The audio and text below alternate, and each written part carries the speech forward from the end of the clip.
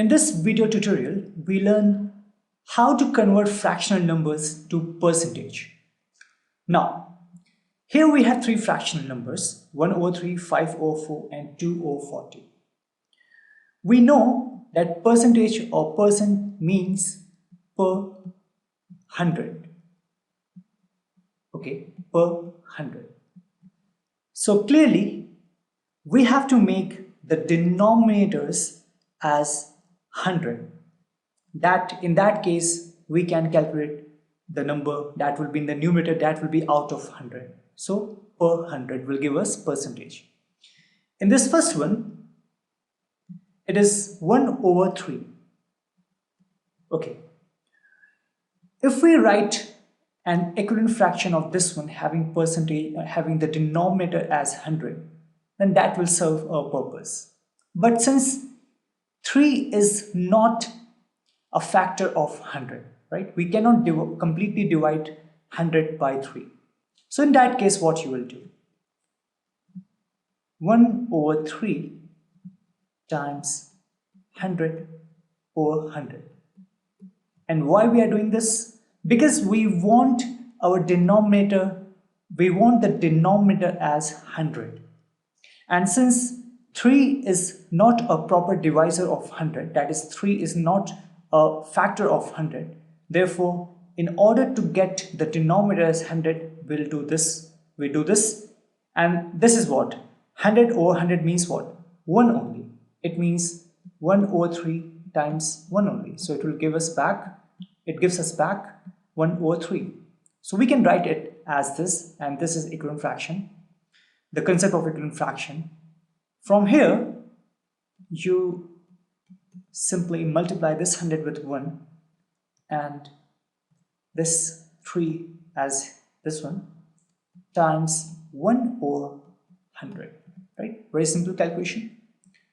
And then this will give you, this gives you 100/3 times 1/100, right?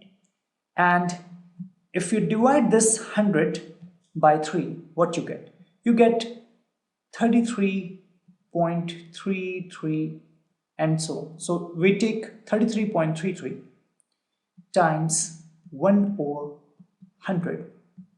This gives you 33.33 times 1/100, and this gives you 33.33/100, and this is 33.33%.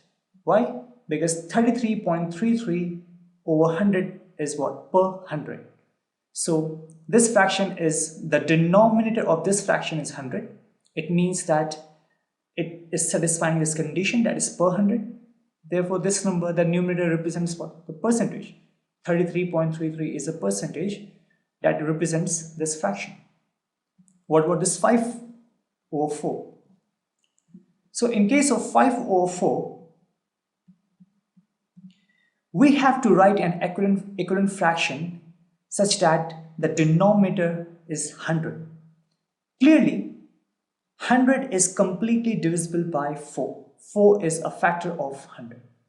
So if we write it in this way, 5/4, and if we multiply the denominator by 25, why? Because this will give us, this gives us 100 as a denominator, right? So we'll have to multiply the numerator with 25 as well, the concept of equivalent fraction. So this gives you 125/100. Again, you can see the difference. Here, 3 was not a factor of 100. That is why we use this way. Here, 4 is a factor of 100.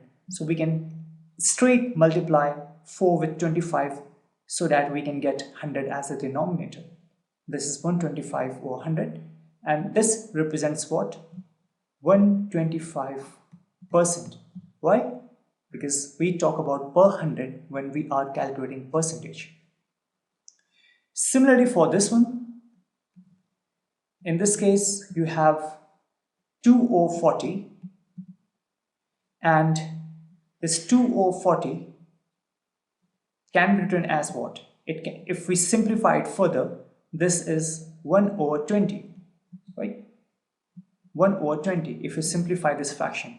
Now, I have to write an equivalent fraction in a way that has the denominator as 100. So what can we do? Clearly 20 is a factor of 100. So if we multiply 20, the denominator with 5, you'll get the denominator as 100. That is what we want in order to calculate the percentage. Now since we have multiplied the denominator with 5, we have to multiply the numerator with 5 as well. The concept of equivalent fraction. This gives you what? 5 over 100. And this is what? This represents 5%. Here, out of 25 children in a class, 5 are girls. What is the percentage of the girls? So in a class, the total strength is 25. If 15 is the number of girls, so what fraction do girls represent in this class? What fraction? The fraction is what? 15 over 25, right? You have to calculate what is a percentage of the girls. Now clearly what you have to tell is what percentage does this fraction represent. So same thing what we have done here. This is 15 over 25. I have to write an equivalent fraction of this fraction whose denominator comes as 100. Since 25 is a factor of 100, so if I multiply 25 with 4, we get the denominator as 100. Since we have multiplied the denominator with 4, we have to multiply numerator with 4 as well. It gives you 60 over 100, and this represents what? 60%. So this is the way to calculate the percentage of the girls. Out of 32 students, 8 are absent. What percent of the students are absent? So total strength of the class is what? 32. 8 are absent. What percentage of the students are absent? So first calculate the fraction the absent students represent. This will be 8 over 32, right? Now, since this is 8 over 32, if you further simplify it, you'll get 1 over 4. I have simplified this fraction. So now we get the simplified fraction as 1 over 4. Now, if I multiply the denominator with 25, then we get the denominator as 100, the concept of equivalent fraction. So you have to multiply the numerator with 25 as well. So this gives you 25 over 100. This is actually 25%. Okay, so this is the way, this was what we learned here, is the way to convert fractional numbers into percentage.